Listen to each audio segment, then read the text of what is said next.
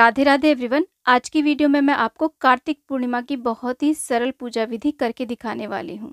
तो देखिए, वर्ष में 12 पूर्णिमा आती हैं। जब कभी अधिक मास लगता है तब 13 पूर्णिमा हो जाती हैं। पूर्णिमा एक पूर्ण तिथि होती है, तो बहुत ही विशेष तिथि होती है पूर्णिमा। वर्ष की कुछ पूर्णिमा बहुत ज़्यादा विशेष मानी जाती हैं, जैसे कि शरद पूर्णिमा, कार्तिक पूर्णिमा, गुरु पूर्णिमा।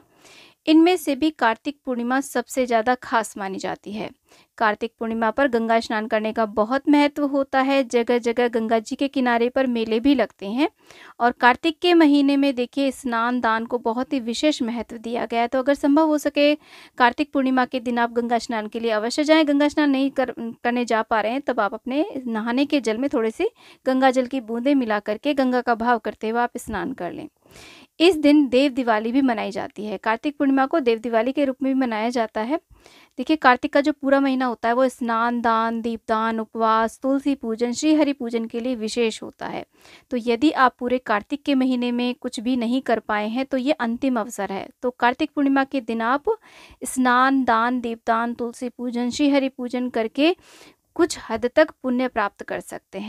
तो चलिए देख लेते हैं कार्तिक पूर्णिमा के दिन हमें कैसे पूजा करनी है। तो देखिए, ये जो पूजा है हमें सुबह के समय करनी है। तो इसके लिए आप जहाँ कहीं भी पूजा करनी है वहाँ पर आप अच्छे से साफ़ सफाई कर लें। और जैसे कि मैंने आपको स्नान की विधि बताई है, आप वैसे स्नान कर लें। शुद्ध होकर के शुद्ध वस्त्र धारण करके पूजा करें। तो चौक जरूर पूर लें आप, हल्दी से, आटे से, गेरू लाल मिट्टी से आप चौक पूर करके वहाँ पर तुलसी मैया को विराजमान करें। तुलसी के गमले को भी साफ़ कर लें, चाहे तो उसे पेंट कर सकते हैं या गेरू से, लाल मिट्टी से लीप भी सकते हैं। चौकी लगाएं, चौकी के ऊपर पीले रंग का वस्त्र बिछाएं और चौकी के नीचे आप स्वास्तिक जरूर बना लें और हल्दी कुमकुम भी आप चौकी के नीचे जरूर समर्पित कर दें। विष्णु भगवान की फोटो या मूर्ति को विराजमान करें। शालिग्राम भगवान है तो उन्हें भी आप विराजमान कर सकते हैं। और गणेश भगवान की भी स्थापना करें, एक दिए की स्थापना करें। और यहाँ पर देखिए, पूजा में आप अपने ठाकुर जी लड्डू गोपाल जी को भी विराजमान कर सकते हैं। उसके बाद में आप हाथ में अक्षत पुष्प लेकर के अपने पूजन का संकल्प लें। अगर आप व्रत कर रहे हैं तो व्रत का भी संकल्प ले लें। पूजा में ऐसे फूल और अक्षत को हम छोड़ देंगे। उसके बाद में हम जल का छींटा दे करके भाव रूप में हम स्नान करा देंगे। इस तरीके से सभी को हम स्नान करा देंगे, गणेश भगवान को, विष्णु भगवान को, और तुलसी के जो पौधे को हम ऐसे जल से सींच देंगे। जल चढ़ाने के बाद में यहाँ पर देखिए, हम पहले गणेश जी को चंदन से, रोली से तिलक करेंगे, उन्हें अक्षत समर्पित करेंगे। कार्तिक के महीने में तिल का बहुत महत्व होता है, तो पूजा में आप तिल का प्रयोग भी कर सकते हैं, चाहे तो अक्षत यानी कि चावलों का प्रयोग भी कर सकते हैं, क्योंकि पूर्णिमा का दिन है। यहाँ पर देखिए, वस्त्र रूपी हमने कलावा समर्पित कर दिया है और यहाँ पर जनेऊ भी चढ़ा दिया है। जनेऊ नहीं है तो आप वस्त्र रूपी कलावा ही खाली समर्पित कर सकते हैं। लाल रंग का फूल हम चढ़ाएंगे गणेश भगवान को और अलग से भोग लगाएंगे, क्योंकि गणेश भगवान के भोग में हम तुलसी दल नहीं डालेंगे। उसके बाद में हम गणेश भगवान को ऐसे धूप दीप दिखा देंगे। उसके बाद में हम भगवान श्री विष्णु का पूजन करेंगे, उन्हें भाव रूप में वस्त्र समर्पित करेंगे। आप कलावा समर्पित कर दें और यहाँ पे जनेऊ समर्पित कर दें। और इसके बाद में फूल माला हो तो फूल माला चढ़ा दें। पीले रंग के फूल आप यहाँ पर विष्णु भगवान को जरूर समर्पित करें। और इसके बाद में देखिए, हम तिलक कर देंगे और अक्षत समर्पित कर देंगे, धूप दीप दिखा देंगे। इसके बाद में हम तुलसी पूजन करेंगे। देखिए, कार्तिक के महीने में जो देवउठनी एकादशी आती है, उस दिन तुलसी जी का विवाह कराया जाता है। अगर आपने उस दिन विवाह नहीं करवा पाए हैं तो आप कार्तिक पूर्णिमा के दिन भी तुलसी विवाह संपन्न करा सकते हैं। तो आज के दिन तुलसी मैया का आप खूब खूब श्रृंगार करें, उन्हें चुनरी अर्पित करें, चूड़ी पहनाएं, उन्हें बिंदी, मेहंदी, महावर, पूरा 16 आप श्रृंगार करें, हल्दी अर्पित करें, मेहंदी भी लगा दें। अगर आप चाहें तो यहाँ पर कलश की भी स्थापना कर सकते हैं। क्योंकि मैं सरल पूजा विधि बता रही हूँ तो इसलिए मैंने कलश की स्थापना नहीं करी है। तुलसी मैया को फूल चढ़ा दें, फूल माला चढ़ा दें। उसके साथ में देखिए, तुलसी मैया के लिए कुछ वस्त्र निकालें।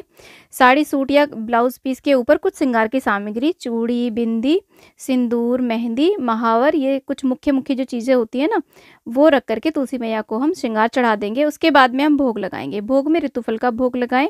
पीले रंग के फल बहुत प्रिय हैं विष्णु भगवान को और सभी भोग में हमें तुलसी दल अवश्य रखना है। देखिए, पूर्णिमा के दिन पंजीरी बनाई जाती है गेहूं के आटे की। पंचामृत का भी भोग आप लगा सकते हैं, साथ में मिठाई का भोग भी आप लगा सकते हैं। और इसी के साथ में पूर्णिमा के दिन खीर भी जरूर बनाई जाती है। तो हमारे यहाँ पे तो शाम को खीर बनती है, ये पूजा सुबह को होगी तो शाम को हम भोग लगाएंगे। इस समय आप बताशे का भोग भी लगा सकते हैं। तो तुलसी मैया को हमने अलग से बताशे का भोग लगा दिया है। बाकी सब भोग में हम जल आदि में सब में तुलसी दल अवश्य डालेंगे, जल का भोग लगा देंगे। आप चाहें तो मीठे पान का भी भोग यहाँ पे लगा सकते हैं। उसके बाद में एक जल का लोटा हम भर के रखेंगे। हाथ में अक्षत पुष्प लेकर के यहाँ पर देखिए, पूर्णिमा के दिन सत्यनारायण भगवान की व्रत कथा सुनी जाती है। तो आप कहानी पढ़ भी सकते हैं या फिर सुन भी सकते हैं। इस तरीके से कहानी सुनने के बाद में जो भी अक्षत पुष्प हमने लिए ना, उन्हें चौकी पे छोड़ने के बाद में हम ऐसे एक अलग से दिया जलाएंगे या फिर कपूर जला करके धूप दीप से हम इस प्रकार से आरती करेंगे। पहले गणेश भगवान की आप आरती करें, उसके बाद में विष्णु भगवान की जो आरती है ओम जय जगदीश हरे, वो आरती कर ले। उसके बाद में तुलसी मैया की आरती करें।